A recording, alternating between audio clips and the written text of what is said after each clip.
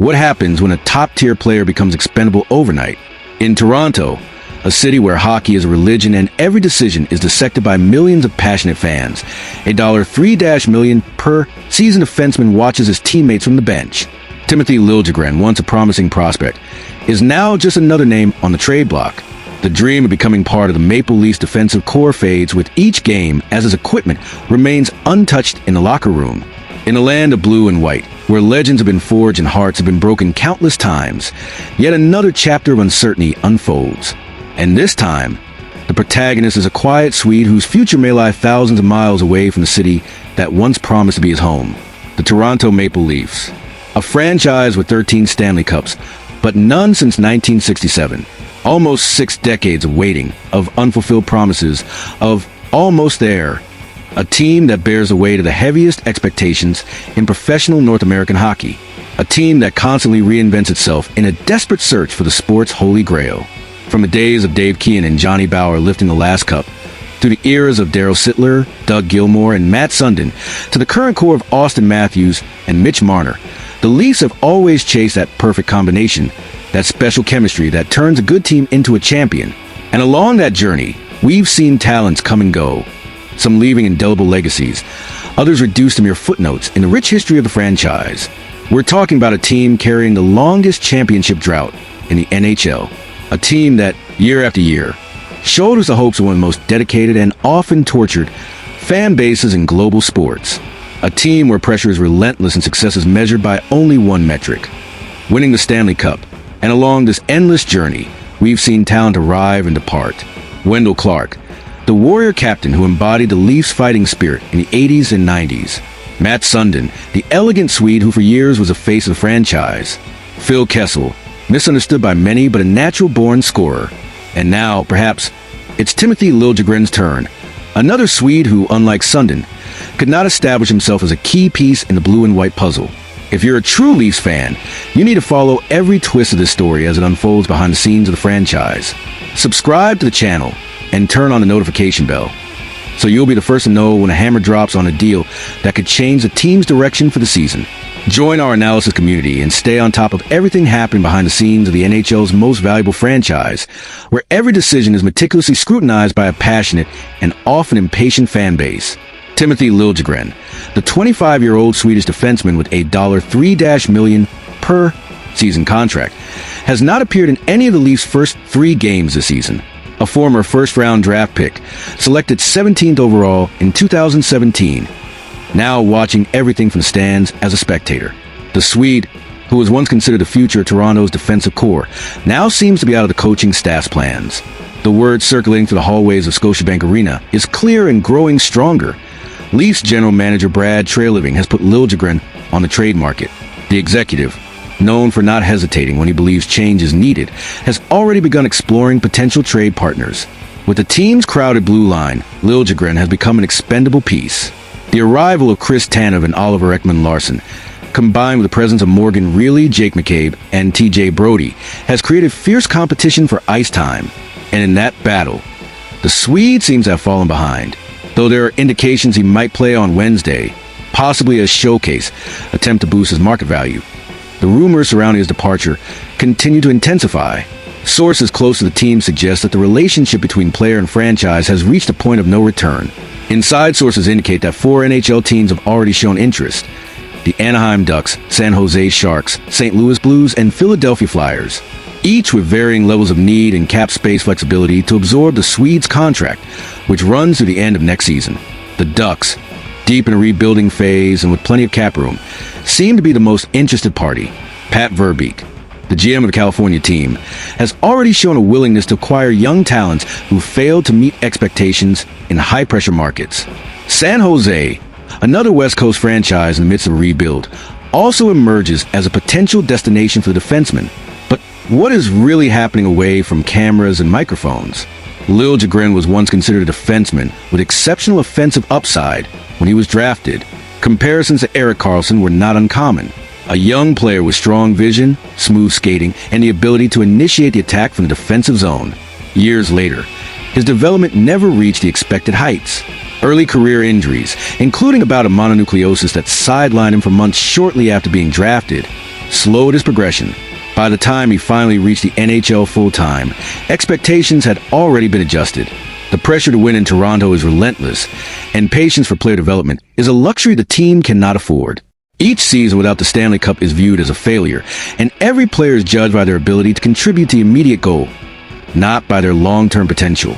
Around the halls of the Leafs training complex, the Ford Performance Center, whispers suggest that the decision goes beyond purely technical performance. It's a matter of fitting into the system.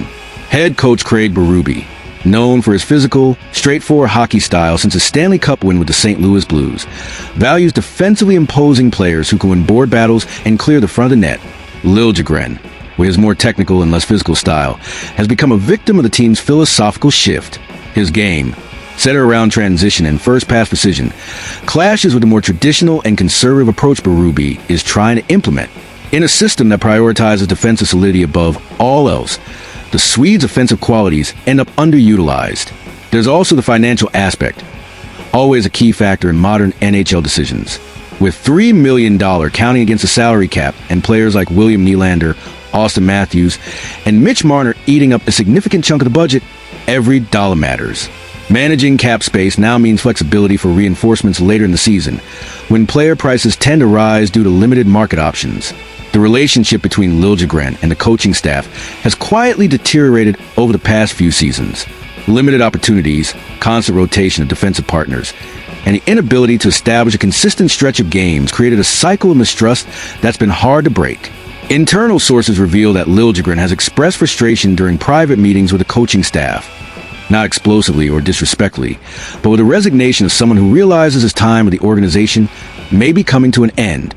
On the other side, the coaching staff sees him as a player who failed to take the next step in his development, remaining stuck between being a promising prospect and an established NHL player. Meanwhile, the player's agents are working behind the scenes, exploring possible destinations where their client could receive more ice time and a real opportunity to showcase his value. For them, Toronto has become a toxic environment for the Swedes' development, and a change of scenery seems to be the only viable solution. Where will Timothy Liljegren go? The pieces of the puzzle are beginning to fall into place, and 4 main destinations are emerging as real possibilities. Anaheim seems to be the most likely, and perhaps the most beneficial, landing spot for the Swedish defenseman's development. The Ducks are in the middle of a rebuild, without the immediate pressure to compete for a Stanley Cup, and have over $20 million in cap space. Pat Verbeek, the Ducks GM, has already shown a willingness to bet on players in need of a second chance. In Anaheim, Liljegren could slot into third defensive pairing, alongside emerging talents like Pavel Mintyukov. Over time, he could climb the depth chart, especially if the Ducks decide to trade away veterans at the upcoming trade deadline. The lower-pressure environment of California, far from the constant spotlight of Canadian media, could be exactly what the Swede needs to regain his confidence and showcase his true potential. In San Jose, with $7.46 million in cap space, Liljegren could become a key piece in the Sharks' ongoing rebuild. The team currently has aging right-handed defensemen like Jan Rutta, who's over 30 and not part of the franchise's long-term plans. In San Jose's environment, another Californian city with relatively low pressure, compared to Toronto, the Swede would have a chance to grow alongside a young, developing core. He could pair up with promising prospects and, perhaps, become part of the nucleus that eventually leads the Sharks back to relevance in the Western Conference. St. Louis represents a different kind of opportunity. The Blues aren't in a rebuild, but are instead trying to stay competitive following their 2019 championship. With Torrey Krug sidelined for the entire season, there's an immediate opening on the blue line. The Blues have $5.22 million in cap space, and although Liljegren likely wouldn't leapfrog Colton Parayko and Justin Falk on the defensive depth chart, he could be a solid third-pair defenseman on a team with playoff aspirations. For a team that values roster depth, especially on the long playoff journey, adding a young defenseman with offensive upside at a reasonable cost is an attractive proposition. GM Doug Armstrong has already shown interest in bolstering the defense and, according to sources, will be willing to offer a mid-round draft pick or prospect to acquire Liljegren. For the Leafs, it would be an opportunity to add future assets while freeing up cap space. Philadelphia is the underdog in this race. The Flyers already have 2 right-handed defensemen on the third pair, which would create the same logjam Liljegren is currently facing in Toronto. However, if the team decides to move Rasmus Ristolainen, whose contract carries a $5.1 million cap hit for the next 3 years, a spot could open. Danny Briere, the Flyers GM, has shown a willingness to make bold moves, and adding a young defenseman like Liljegren would fit his gradual build philosophy for assembling a competitive roster. For Toronto, dealing with a divisional rival is always complicated, but not impossible if the offer is attractive enough. But what does this mean for the Maple Leafs in the bigger picture? Would a trade bring back a promising prospect or draft picks to help bolster what is currently considered one of the weakest development pipelines in the league?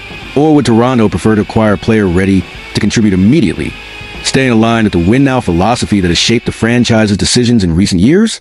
The Leafs' competitive window is wide open right now, with Matthews, Marner, Nylander, and really all in their prime. Every move must be calculated to maximize the chances of success with this core before the inevitable roster shakeup begins due to the constraints of the salary cap. And what if Liljegren blossoms elsewhere? The ghost of former players who found success far away from Toronto has haunted the franchise for decades. Anton Strawman, waived by the Leafs early in his career, went on to become a reliable defenseman for Tampa Bay and other teams. Carlo Kaleakovo, plagued by injuries in Toronto, found stability in St. Louis. Luke Shen, a former first-round pick traded too early, eventually carved out a role and won 2 Stanley Cups with Tampa Bay. All defensemen who, for different reasons, couldn't reach their potential with the maple leaf on their chest, but found their way on other teams. Will Liljegren be the next name on that list? Or are the Leafs correctly judging that his limitations outweigh his potential? Analytical stats suggest that Liljegren holds some unrecognized value. In puck possession metrics like Corsi and Fenwick, the Swede often outperforms his teammates.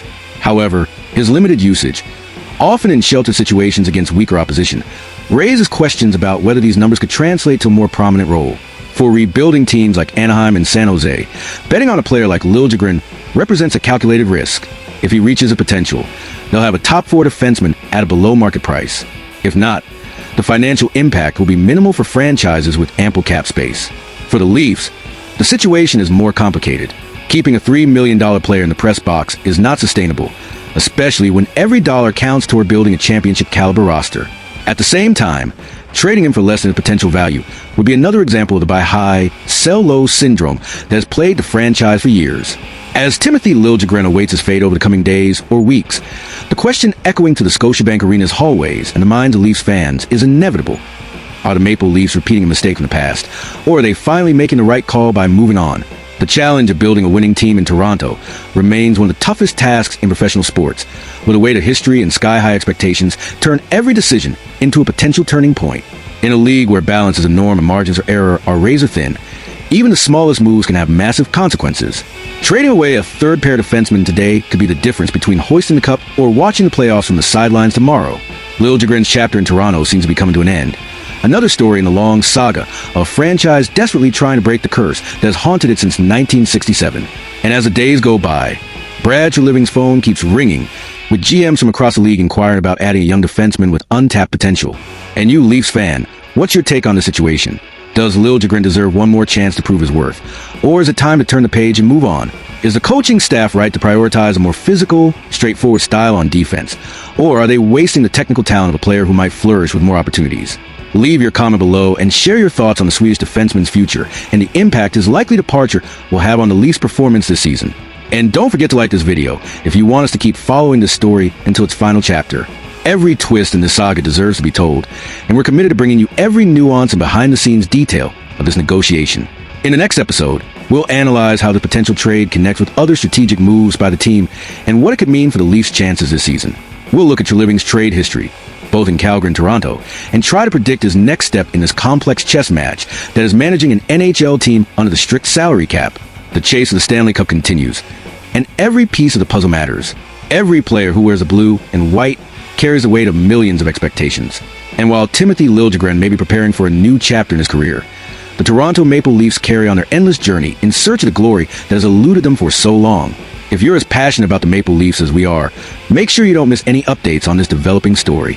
Subscribe to the channel now and become part of this community that lives and breathes Toronto hockey. Together, we'll navigate the turbulent waters of yet another season in the quest to end the NHL's longest championship drought. See you in the next video.